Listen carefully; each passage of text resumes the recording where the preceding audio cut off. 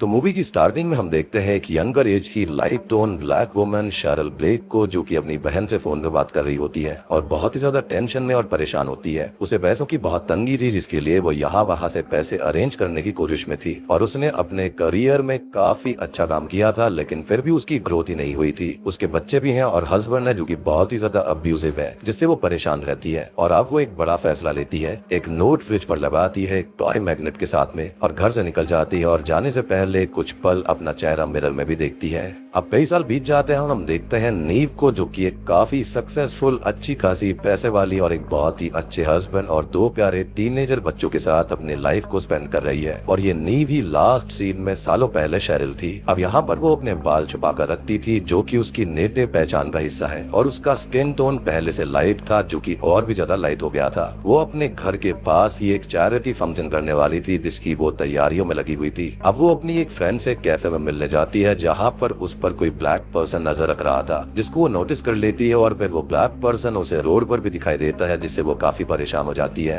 अब वो रात को अपने घर पर आती है और यहाँ पर हम नीम के बारे में और भी चीजें जान लेते हैं। वो खुद ब्लैक से दूर रहती है और अपनी फैमिली को भी बहुत दूर रखने की कोशिश में लगी रहती है। और यहाँ पर ऐसा लग रहा था जैसे उनकी परछाई तक से उनको खतरा हो। इवन वो अपनी बेटी मैरी के बालों तक पर ध्यान देती है, जो कि नेटिव ब्लैक जैसे ना हो जाए। अब रात को सब लोग डिनर कर रहे होते हैं और हम पूरी फैमिली को देखते हैं, जिसके अंदर हस्बैंड इयान, बेटा सेबेस्टियन और बेटी मैरी, और ये दोनों स्कूल में पढ़ते हैं। और वहीं इयान की कोई शॉप है और खुद नीव मैरी और सेबेस्टियन के स्कूल में ही डेप्यूटी है। बेसिकली उसने अपनी आइडेंटिटी को ही बदल लिया था और वो एक नई जिंदगी जी रही थी। खैर अब रात को सब लोग सोने की तैयारी करने लगते हैं और नीव अपने बाल हमेशा छुपा कर ही रखा करती है और विग का यूज करती है। अब सोने से पहले वो कुछ काम कर रही थी, तभी कोई पार्सल घर पर आता है, जिसके अंदर वही टॉय मैग्नेट थी, जो कि उसने आखिरी टाइम घर छोड़ने से पहले अपने पुराने फ्रिज के ऊपर चिपका दिया था। मीन्स उसकी नई जिंदगी में अब उसकी पुरानी जिंदगी दखल देने वाली है, वो भी इतने सालों के बाद में। अब अगले दिन वो बच्चों को स्कूल छोड़ने जाती है तो उसके साइड मिरर पर ब्लैक कलर से दो बच्चे बने हुए थे, जिसे किसी घर वाले ने नहीं बनाया था, और वो इससे परेशान हो जाती है।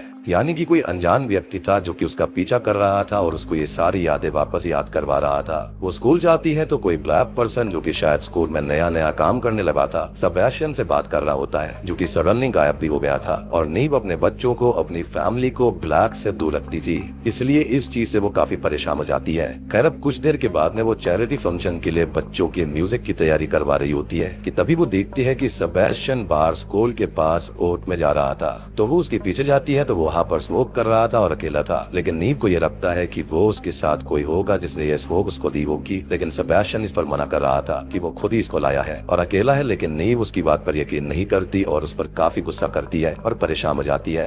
अब वो मैरी को स्कूल से घर लेकर जा रही होती है और सेबेस्टियन का आज मैच था तो वो स्कूल में ही रुका था। और मैरी को घर ले जाते हुए नीव को हेयर में खुजली होने लगती है और रास्ते पर कोई ब्लैक गर्ल भी दिखाई देती है, जिससे वो काफी परेशान हो जाती है और उसे कार मिरर में भी अपने यंगर एज की विजन आने लगते हैं, जिससे वो काफी डर जाती है और उसका एक्सीडेंट होते होते बचता है। अब रात को वो अपने घर पर इयान और फ्रेंड्स के साथ में बात कर रही होती है कि तभी उसे घर के बाहर वही ब्लैक बॉय दिखने लगता है और यही लड़का स्कूल में एज ए वर्कर भी उसको दिखाई दिया था, जिससे वो बहुत परेशान हो जाती है और डर जाती है। खैर वो गेट को डरते हुए ओपन करती है तो वो लड़का नहीं था, बल्कि मैरी अभी घर आई थी, जिसके बाल देखकर वो थोड़ी और टेंस्ड हो जाती है। अब रात को कुछ देर बाद सेबेस्टियन भी घर आता है और वो इतनी ज्यादा गुस्से में आ जाती है कि उसकी पिटाई करने लगती है और इयान उसको रोकता है। खैर अब रात को जब वो पानी पीने नीचे आती है तो सडनली घर के अंदर क्रैक्स आने लगते हैं और उसको कुछ आवाज सुनाई देती है और किसी बच्ची के बर्थडे के विजन्स उसको आ रहे थे, जो कि शायद से उसकी ही बेटी होगी, जिससे वो बहुत डर जाती है और तभी उसकी नींद खुल जाती है, ऐसी एक नाइटमेयर था। खैर अगले दिन वो स्कूल जाकर मैनेजर से उस वर्कर की कंप्लेंट कर देती है कि उसने उसके लड़के को सेबेस्टियन को सिगरेट दी होगी और उसके खिलाफ स्ट्रिक्ट से स्ट्रिक्ट एक्शन लिया जाए। लेकिन मैनेजर उसको समझाता है कि ये डिस्क्रिमिनेशन होगा और वो उससे आराम से बात कर लेगा। अब अगले दिन वो स्कूल में म्यूजिक की तैयारी करवा रही होती है कि तभी वॉशरूम का फायर अलार्म रिंग होने लगता है, जो कि सिगरेट स्मोक से ही ऑन हुआ था और हम सेबेस्टियन को वॉशरूम से भागता हुआ भी देख पाते हैं। नीव अब वॉशरूम को चेक करने जाती है तो वहाँ पर उसे वही वर्कर मिलता है, जो कि उसके ऊपर गुस्सा करता है कि उसने उन दोनों को, यानी कि उस वर्कर और एक लड़की डियोन को, उसकी लाइफ से पूरी तरह मिटा दिया और इससे परेशान होकर वो वहाँ से चली जाती है। अगले दिन उसके घर पर वही चैरिटी फंक्शन रेस्टोरेंट था और वहाँ पर सभी लोग आए हुए थे जिनको वो ग्रीट कर रही थी। लेकिन यहाँ पर वो दोनों लोग, वो वर्कर और वो लड़की जो कि हर जगह दिखते थे, वो भी आए हुए थे और वो उनके पास जाकर उन पर गुस्सा करने लगती है कि उन्हें उसकी फैमिली से दूर रहना चाहिए। लेकिन वो लोग उसे मदर कहकर बुलाते हैं, जिससे वो और उसकी फैमिली शॉक हो जाती है। जिसके साथ ये सीन यहीं पर शिफ्ट हो जाता है। खैर अब यहाँ से हम कहानी देखेंगे उन दोनों की, जहाँ पर लड़के का नाम है कार्ल और लड़की का नाम है डियोन। और वो लोग आज से 5 दिन पहले ही टाउन में आए थे और एक होटल में रूम लेते हैं। अब वो दोनों नीव के बारे में सब कुछ पता करते हैं, उसकी नई फैमिली के बारे में पता करते हैं और उस पर पहले वो ऑनलाइन नजर रखते हैं और फिर हर जगह उसका पीछा करते हैं। अब वो लोग उसका एड्रेस पता कर लेते हैं और दोनों बच्चों से दोस्ती करते हैं, जहाँ पर डियोन मैरी से और कार्ल सेबेस्टियन से फ्रेंडशिप करके उसके करीब आता है। डियोन यहाँ पर इयान की शॉप पे भी जॉब ज्वाइन कर लेती है और कार्ल स्कूल ज्वाइन कर लेता है। और जो चीजें हमने अभी तक नीव के पॉइंट ऑफ व्यू से देखी थी, वो हम उन दोनों के पॉइंट ऑफ व्यू से भी देख पाते हैं कि कैसे उन्होंने सब कुछ किया, कैसे कब नजर रखी, दोनों बच्चों से दोस्ती करी, उनके करीब आए एंड ऑल।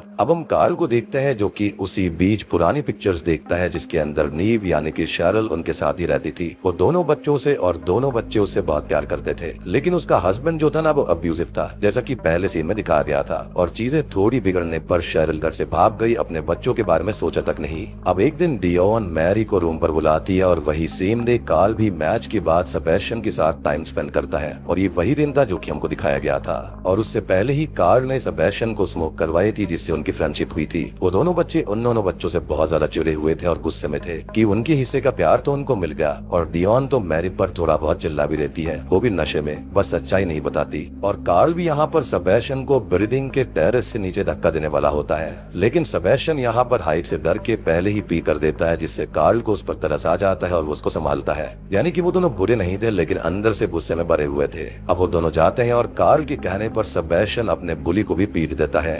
जिसके बाद में अगले दिन कार्ल और डियोन बात करते हैं, जहाँ पर कार्ल कहता है कि उनकी मदर एक अच्छी लाइफ में है और उसकी फैमिली के साथ है और उन्हें वापस चले जाना चाहिए। लेकिन डियोन कहती है कि उनके पास में चैरिटी फंक्शन का इनविटेशन है, तो वो लोग एक बार तो वहाँ जा ही सकते हैं। और ऐसे वो लोग वहाँ पर पहुँचते हैं, जिसके बाद कहानी प्रेजेंट टाइम में आ जाती है और सबके सामने वो दोनों, खासकर डियोन, नीव पर बहुत ज्यादा गुस्सा करते हैं। अब अगले सीन में नीव घर पर अपनी फैमिली के साथ थी और वो लोग भी बहुत ही ज्यादा शॉक्ड थे और उससे गुस्सा भी थे, जिन्हें वो अपना पास्ट बताती है कि उसकी ये मजबूरी थी। उसका हस्बैंड अब्यूजिव था, इसलिए वो सब कुछ छोड़कर यहाँ पर आ गई और यहाँ पर आकर उसको इयान मिला, उनकी शादी हुई और बच्चे हुए और वो लोग उस पर भरोसा करें, वो सब कुछ ठीक कर देगी। जिसके बाद अगले सीन में वो उन दोनों से मिलने जाती है, जहाँ पर वो उनसे बात करती है, अपने किए की माफी मांगती है और कहती है कि वो ऐसे उन्हें नहीं छोड़ना चाहती थी, इसलिए उसने उनकी आंटी के भरोसे उन्हें छोड़ा था। इस पर वो कहते हैं कि उस आंटी ने कुछ ही दिन में उनको छोड़ दिया। अब नीम उन्हें कुछ पैसे देती है कि वो लोग वापस चले जाएं, तब तक वो यहाँ पर चीजों को ठीक करने की कोशिश करेगी। जिस पर वो मान जाते हैं और थोड़ा खुश होते हैं कि उनकी माँ उन्हें एक्सेप्ट करने वाली है। अब रात को नीव घर आकर अपनी फैमिली से बात करती है और बोलती है कि उसने चीजें ठीक कर ली है, लेकिन वो पैसे देने वाली बात नहीं बताती।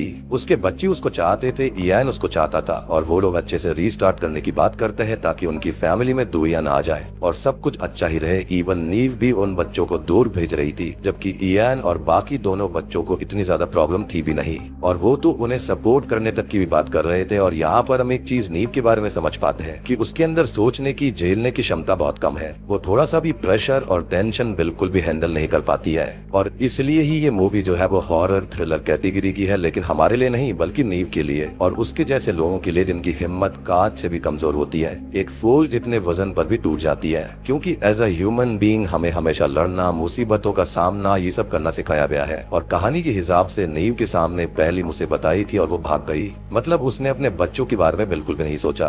शायद से वो अपने बच्चों को साथ लेकर चल सकती थी, मेहनत कर सकती थी, लेकिन यहाँ पर उसने ऐसा नहीं किया और अगर वो वैसा करती तो आज चीजें काफी ज्यादा अलग होती।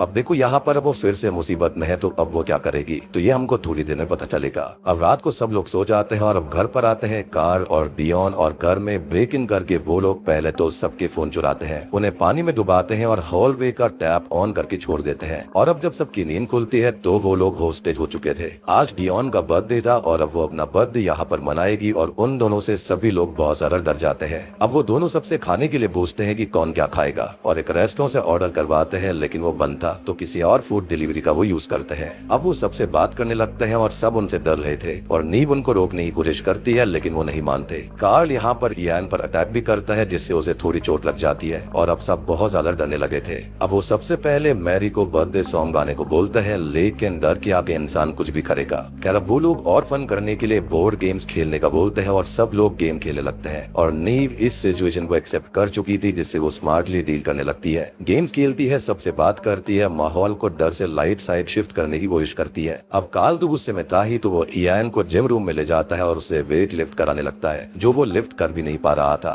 सभी लोग डर के मारे हॉल में बैठे हुए थे और सब जगह पानी भी भरा हुआ था, जो इसलिए था ताकि कोई कहीं पर जल्दी भाग ना पाए। अब तभी वहाँ पर फूड डिलीवरी पर्सन भी आ जाता है और नीव डिलीवरी लेने जाती है, जो कि खाना लेकर उस लड़के को रुकने का बोलती है ताकि वो उसको टिप दे पाए और शायद वो उससे हेल्प मांगेगी या फिर हेल्प बुलवाएगी। खैर वो अपने रूम में अपना वॉलेट लेने जाती है और जब नीचे आती है तो ये देखती है कि इयान के ऊपर वो वेट और गिर जाने से उसकी मौत हो गई थी। अब वो इयान से माफी मांगती है और खुद को संभाल रही थी, लेकिन अब वो क्या करेगी? वो इस सिचुएशन से लड़ी कैसे, अपने पास्ट से अपने बच्चों को बचाएगी कैसे, उस फैमिली को कैसे बचाएगी जो कि हर हाल में उसको सपोर्ट करने में लगे हुए थे? तो इसका जवाब ये है कि वो फिर से कुछ नहीं करेगी, क्योंकि वो बाहर जाती है और उस फूड डिलीवरी वाले के साथ यहाँ से भाग जाती है और अब फिर से भागकर अपनी लाइफ शुरू करने वाली थी। और उसके चारों बच्चे उसको भागता हुआ देख पाते हैं, यानी कि जिस फैमिली ने उसको इतना सपोर्ट किया था वो उनको भी छोड़कर भाग गई थी।